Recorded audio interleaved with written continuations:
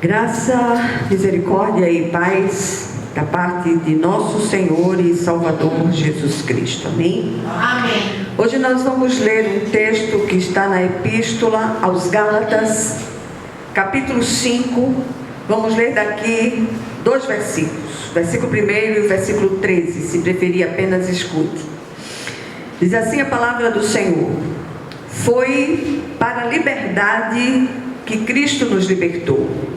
Portanto, permaneçam firmes e não se deixem submeter novamente a um jugo de escravidão. Irmãos, vocês foram chamados para a liberdade, mas não usem a liberdade para dar ocasião à carne. Pelo contrário, sirvam uns aos outros mediante o amor. Amém? Amém. Vamos orar.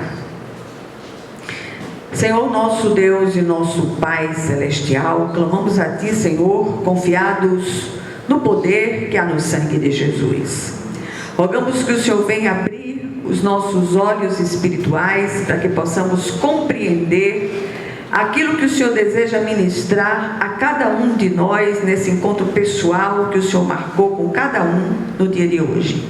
Que o Senhor fale conosco, que nenhum saia do mesmo modo, mas que sejamos profundamente ministrados pelo Teu Espírito Santo, em nome de Jesus. Amém. Amém.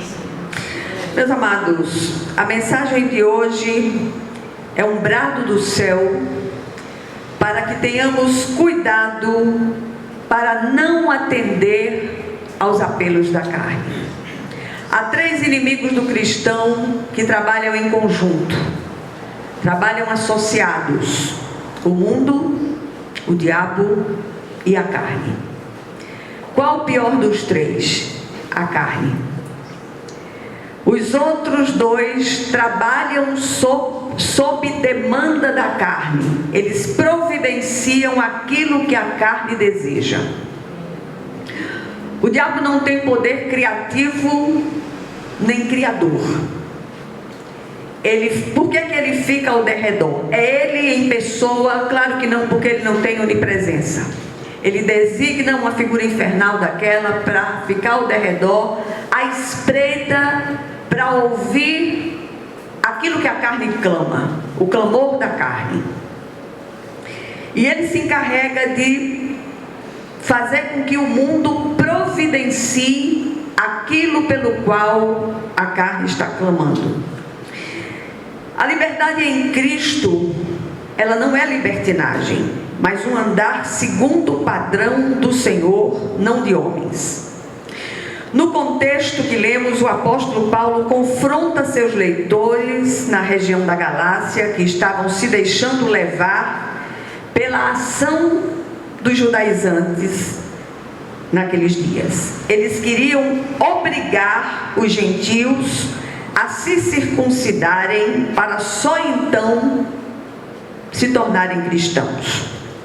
Nos versículos citados, o apóstolo Paulo chama atenção para 2 verdades e eu queria compartilhá-las com vocês. Primeira, eles precisavam se revestir da nova liberdade em Cristo e não se deixar levar outra vez por nenhum jugo de escravidão. Aí o texto, repito, aquilo que já foi lido no início: foi para a liberdade que Cristo nos libertou. Portanto, permaneçam firmes e não se deixem submeter novamente a nenhum jugo de escravidão. É preciso que estejamos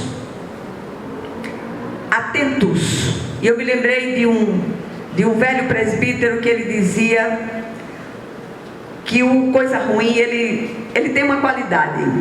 E eu fiquei abismada com aquela afirmação. Ele disse: ele não desiste nunca. Está sempre à espreita de uma oportunidade para arremessar contra nós. Aí vem a segunda verdade. Eles deveriam também ter cuidado para não se deixar levar pela carnalidade, deveriam servir uns aos outros em amor. E o texto, mais uma vez repito: irmãos, vocês foram chamados para a liberdade, mas não usem a liberdade para dar ocasião à carne. Pelo contrário, sirvam uns aos outros em amor. E isso nos leva a algumas considerações a respeito deste assunto tão extenso, mas nós temos um padrão aqui na comunidade de palavras breves, palavras objetivas, de modo que vocês possam sair daqui pensando naquilo que foi ministrado e se deixando, e continuem se deixando ministrar pelo Espírito de Deus à medida que andam durante a semana que se segue. Em primeiro lugar, desde os dias antigos que muitos falsos ensinos têm adentrado sorrateiramente as igrejas com o fim de perverter a sã doutrina na cabeça dos mal instruídos. Leiam a palavra, meditem na palavra, peçam que o Senhor esclareça aquilo que você está lendo.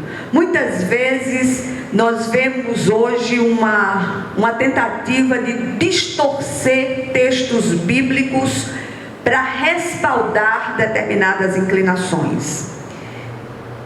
Nunca vi algo tão demoníaco. Essa ação maligna, ela é orquestrada pelo adversário usando seus inúmeros instrumentos com o fim de trazer prejuízo e embaraço à causa do reino. Dentre esses ensinos, encontramos tanto a escravidão de usos e costumes, quanto o extremo oposto, que é a liberdade associada à carnalidade. São extremos que devem ser evitados e combatidos com veemência dentro das comunidades. Deve prevalecer o quê? O equilíbrio. Em segundo lugar, não muito distante de hoje, alguns dias atrás, já não me lembro quando, falamos sobre algo que deve balizar o nosso viver em comunhão. Aí eu citei uma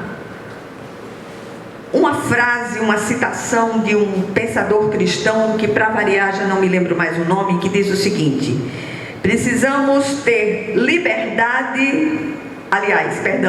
unidade no que é essencial, liberdade no que não é, e caridade para com todas as pessoas e suas percepções equivocadas. Essa caridade, no entanto, não fala de acolhimento dessas percepções, mas que ouçamos sem discussões, sem bate-bocas, e saiamos dali orando por aquela pessoa que trouxe aquela percepção equivocada. A caridade aqui não significa pactuar com falsos ensinos e as heresias anunciadas. Tenhamos em mente que o Senhor precisa abrir o nosso entendimento. Se Ele não fizer isso, de modo nenhum compreenderemos os seus ensinos. A própria palavra de Deus diz, por meio do autor de Eclesiastes, que a moderação em tudo é boa. Ensino reforçado pelo apóstolo Paulo em vários dos seus escritos. Quanta intemperança, quanta doidice no meio daqueles que se dizem cristãos.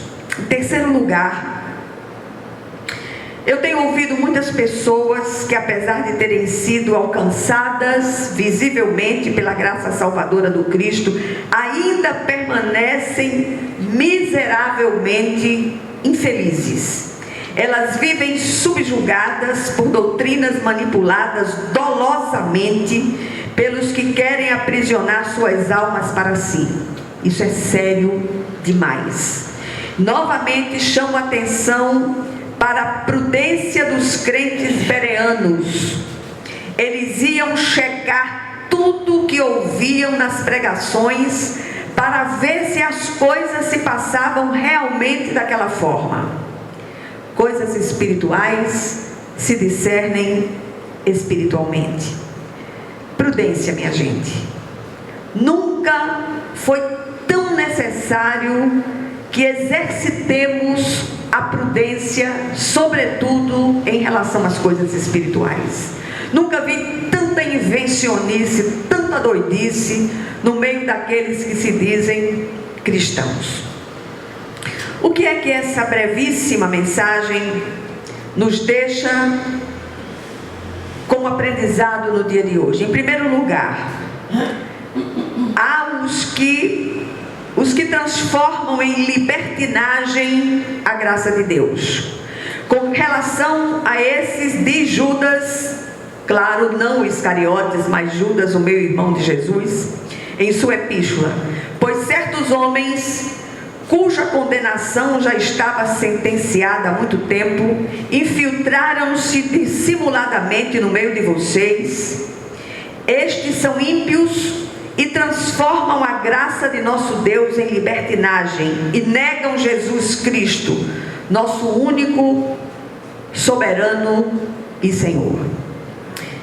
Em segundo lugar, o apóstolo Pedro, em sua primeira epístola, traz mais luz a essa questão. Chamemos Pedro para testemunhar. E ele diz: portanto, uma vez que Cristo sofreu corporalmente, armem-se também do mesmo pensamento, pois aquele que sofreu em seu corpo rompeu com o pecado, para que no tempo que lhe resta não viva mais para satisfazer os maus desejos humanos, mas sim para fazer a vontade de Deus. No passado, vocês já gastaram tempo suficiente fazendo o que agrada aos pagãos. Naquele tempo vocês viviam em libertinagem, na sensualidade, nas bebedeiras, orgias e farras, e na idolatria repugnante. E por último, diz ainda o apóstolo Paulo: todas as coisas são lícitas, mas nem todas me convêm. Todas as coisas são lícitas, mas não me deixarei levar por nenhuma delas. Assim, livres dos grilhões do mundo com suas teias do engano, podemos fazer a vontade de Deus. E eu repito mais uma vez: liberdade da graça não é libertinagem para fazer aquilo que a carne anseia e aspira. Que o Senhor, Ele aplique essa porção da palavra aos nossos corações, que o Senhor nos derrame sobre nós graça sobre graça, abrindo os olhos do nosso entendimento, para que possamos compreender aquilo que nós já lemos tantas vezes, já ouvimos outras tantas, mas parece que entra pelo ouvido e sai pelo outro. Que a graça nos assista, que a semana seja uma semana de vitória, e que a graça esteja com cada um de nós, nos abraçando e nos conduzindo, em nome de Jesus. Amém. Glória a Deus. Vamos pedir a nossa irmã Evani para abençoar o ofertório. Você visitante não precisa fazer isso. Amém?